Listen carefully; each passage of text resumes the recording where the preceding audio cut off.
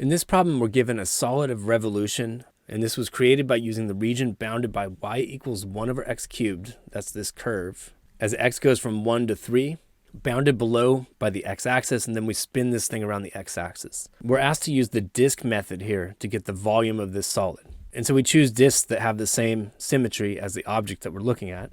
So there's a basic disc-shaped slice of this solid, and that has a thickness of dx horizontally.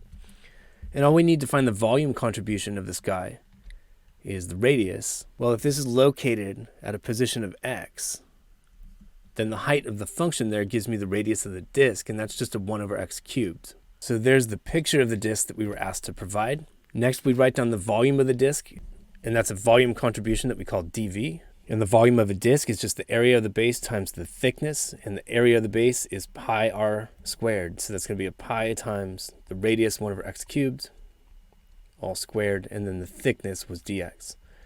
Now with dV phrased entirely in terms of one variable, we're ready to add up all the volume contributions with an integral. So we say that V is the sum of all the dVs. This is what integration does. It adds up continuously changing infinitesimal contributions.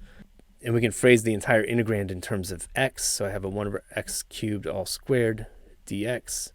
And we're adding up all of these contributions as x goes from 1 to 3. So we can pull the pi out in front. And 1 over x cubed squared is 1 over x to the 6th, or x to the negative 6.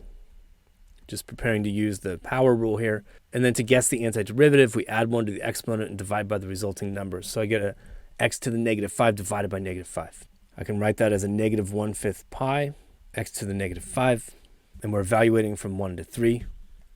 And we start to clean things up. So x to the negative 5 is the same as 1 over x to the 5th. When I plug in the upper limit, I get 1 over 3 to the 5th. When I plug in the lower limit, I get a 1 over 1 to the 5th, or just 1. We can distribute a factor of negative 1 from out in front, and that would reverse the order of the two terms in the difference. So I get a 1/5 pi, 1 minus 1 over 3 to the 5th, and 3 to the 5th turns out to be 243. Then we get a common denominator here. So 1 is 243 divided by itself. When I subtract the fractions, I get 242 over 243.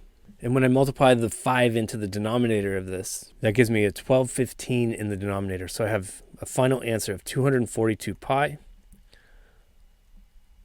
over 1215. And we're done. If you enjoyed this video, or at least found it useful, check out another one by clicking one of the links on the left, or click the Zach's Lab logo on the right to explore dozens of physics and math playlists. As always, you can leave your questions, comments, and requests in the comments section below, and I'll get back to you within 24 hours. Thanks for watching Zach's Lab, and best of luck on your math and physics journey.